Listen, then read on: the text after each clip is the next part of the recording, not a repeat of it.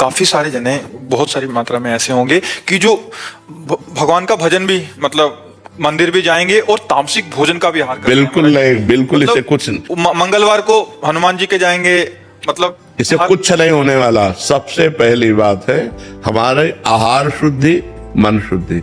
देहाती भाषा में कहते हैं जैसा खाओ अन्न वैसा बने मन। देखो, अगर हम शास्त्र की आज्ञा का पालन नहीं करेंगे और मनमानी आचरण करेंगे तो नरक जाओगे। पहले आहार शुद्धि, मन शुद्धि। अगर जैसा खाओ अन्न वैसा बने मन। किसी भी प्राणी को दुख देना। हनुमान चालीसा का भी पाठ करते हैं। ये अपनी वासनाओं की, अपनी जिह्वा को थोड़ा रोको यार।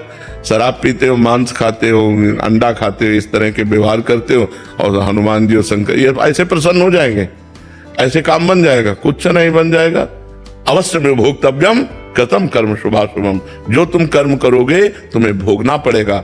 चाहे मुर्गा हो, चाहे बकरा हो, सब जीव अपने प्राण बचाना चाहते हैं। सब जीव, तुम उनको काट कर खाओगे, वो भोगना पड़ेगा। राम जी के रूप में भगवान ने यदि बाली के चरण में बाण मारा तो भगवान श्री कृष्ण के चरण में व्याध के रूप में उसने बाण मारा। देखो ना, लीला देखो। भगवान ने अंतिम अपनी लीला जो श्री कृष्ण लीला है वो यहां संपन्न की कि भगवान के चरण में व्याध जो है बाण मार रहा है। अब आप विचार करो, जब वो सरकार समर्थ होते हुए भी अपने लीला दर्शन कराते हैं। श्रवण कुमार के वध का संयोग बन गया दशरथ जी के हाथ से, शब्द वेदी बाण मार दिया। तो देखो उनका जो कर्म था वो तड़प तड़प के अपने पुत्र भगवान राम के वियोग में प्राण त्यागना पड़ा कि नहीं पड़ा? भगवान उसको मिटा सकते थे लेकिन भगवान नहीं मिटाते। अवश्य में वो भोक्तव्यम गीता जी में कहा है। इसलिए हमारी प्रार्थना है कि तमोगुणी भोजन का त्याग करो, सात्विक भोजन और संयम से रहोगे तो तुम में जो बल आएगा वो एक महान पवित्र बल होगा। आज बल नहीं दिखाई देता, चेहरे में कांति नहीं है, विचार में पवित्रता नहीं है। ऐसा नहीं, हम पशु नहीं हैं, हम मर्यादा से चलने के लिए हैं। हमारी मर्यादा बनाई गई, शास्त्र मर्यादा हमारी कानून व्यवस्था है। यदि हम शास्त्र मर्यादा से चलेंगे, शास्त्र कानून से चलेंगे तो हमारा मनुष्य जीवन सार्थक हो जाएगा, नहीं तो निरर्थक हो जाएगा। जैसे आजकल बच्चे कहते हैं हम स्वतंत्र हैं। नहीं, स्वतंत्रता नहीं। माता पिता की आज्ञा की परतंत्रता, शास्त्र की आज्ञा की परतंत्रता, गुरु की आज्ञा की परतंत्रता, कानून की परतंत्रता, अगर ये स्वीकार करोगे तो स्वतंत्र हो जाओगे। अगर मनमानी करोगे तो परतंत्र हो जाओगे। मनमानी स्वतंत्रता नहीं होती, मनमानी इंद्रियों की परतंत्रता होती। जो इंद्री कहती वही हम कहते हैं। आप अपने को स्वतंत्र समझते हैं, इंद्रियों के गुलाम, मन के गुलाम, तो स्वतंत्रता कहाँ है? स्वतंत्रता तब होगी जब हमारी बात पुनः समझ ले। शास्त्र आज्ञा के अधीन चलोगे, गुरु के अधीन चलोगे, संतों की वाणी के अधीन चलोगे। भगवान शास्त्र और संतों के रूप में विराजमान है तो आप स्वतंत्र हो जाओगे, माया मुक्त हो जाओगे। तो आचरण और भोजन ये दो का बहुत बड़ा योग है। अगर हमारा भोजन ठीक तो हमारे आचरण ठीक होंगे, हमारे आचरण ठीक तो हम भगवान को प्रसन्न कर सकते हैं। गंदा आचरण।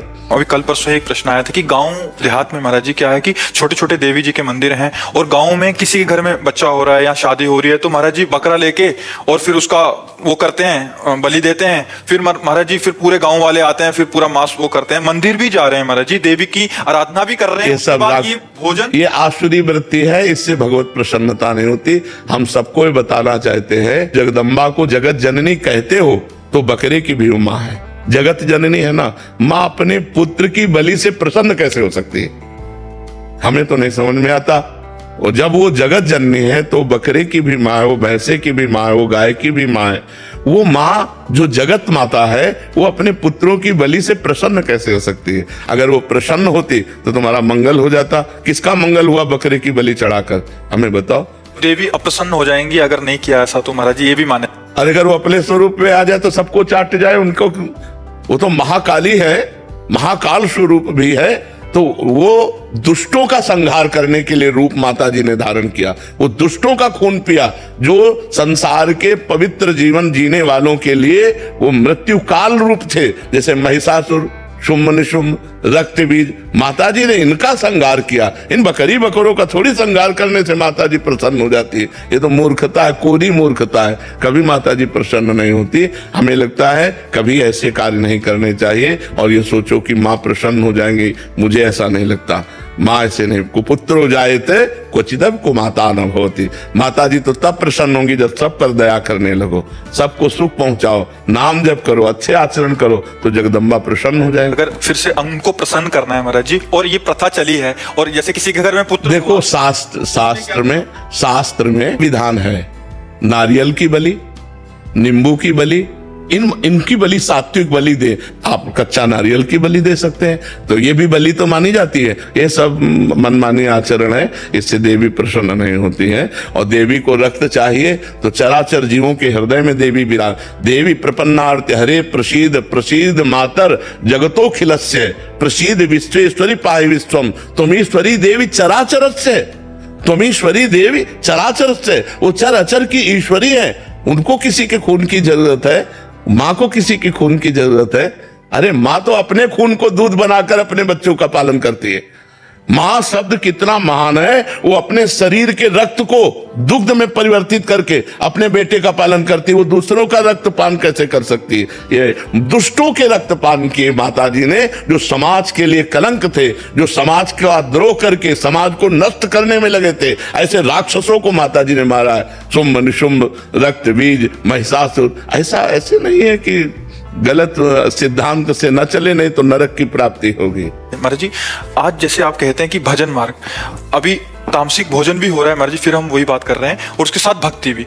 भक्ति का उद्देश्य है कि प्रभु का अगर हम पास जाएंगे या सोमवार को या मंगलवार को हम प्रभु के आगे आराधना करेंगे की पूर्ति महाराज जी, अगर उद्देश्य भगवत प्राप्ति हो, फिर तो महाराज जी उस उद्देश्य ही पता नहीं है। हाँ, लेकिन हम कह रहे हैं कि अगर हमें कामना की भी पूर्ति चाहिए तो हमको गलत आचरण छोड़ने पड़ेंगे, क्योंकि हम जो कामना की पूर्ति चाहते हैं उसमें पाप आचरण बाधा पहुंचाएंगे। पाप का फल दुख है, पाप का फल विपत्ति है, पाप का फल संकट है। यदि आप मुर्गा मुर्गी खाते हो तो पाप कर रहे हो, और वो पाप आपकी कामनाओं को पूर्ण नहीं होने देगा। चाहे हनुमान जी के पास जाओ, चाहे राम जी के पास जाओ, जहां भी जाओगे, जीवों की हिंसा करते हो, जीवों को दुख देते हो, गंदा आचरण करते हो, गंदा भोजन पाते हो, तो भगवान प्रसन्न नहीं होने वाले। और आप किसी मंदिर न जाओ, घर में पवित्र आचरण करो, पवित्र भोजन पाओ और नाम जप करो, तुम्हारे घर में भगवान आ जाएंगे।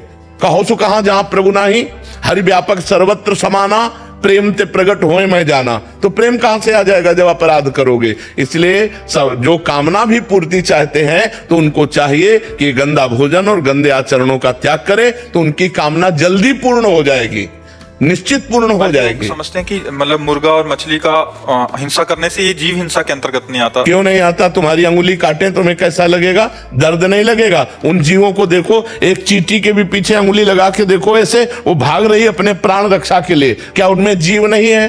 क्या मुर्गा अपना प्राण बचाना नहीं चाहता? क्या पशु पक्षी प्राण बचाना नहीं चाहते? और जिनको ये है कि अगर हम खाएंगे नहीं तो सृष्टि बढ़ जाएगी, तो तुम अपने बैलेंस की चिंता करो। तुम्हारा बैलेंस जब परमात्मा बनाएगा तो तुम्हारे होश उड़ जाएंगे। वो परमात्मा का 3 कार्य है: सृष्टि रचना, सृष्टि पालन करना और सृष्टि का संहार करना। वो भी अपने आप में लय कर लेता है। वो प्रलयंकारी परमात्मा है, वो काल का भी काल है, वो महाकाल है। वो जिस समय जैसा चाहता है वैसा अपना बैलेंस बनाता रहता है। सृष्टि का बैलेंस बनाना उसका कार्य है, हमारा कार्य नहीं है। हमारा कार्य है उसकी आज्ञा के अनुसार चलना। हम मनुष्य, हम राक्षस नहीं है। तो हमें सबसे प्रार्थना है कि मांस, मदिरा, अंडा, बराई, स्त्री से बेविचार, इनका त्याग करो तो तुम्हारा जीवन सुखमय हो जाएगा।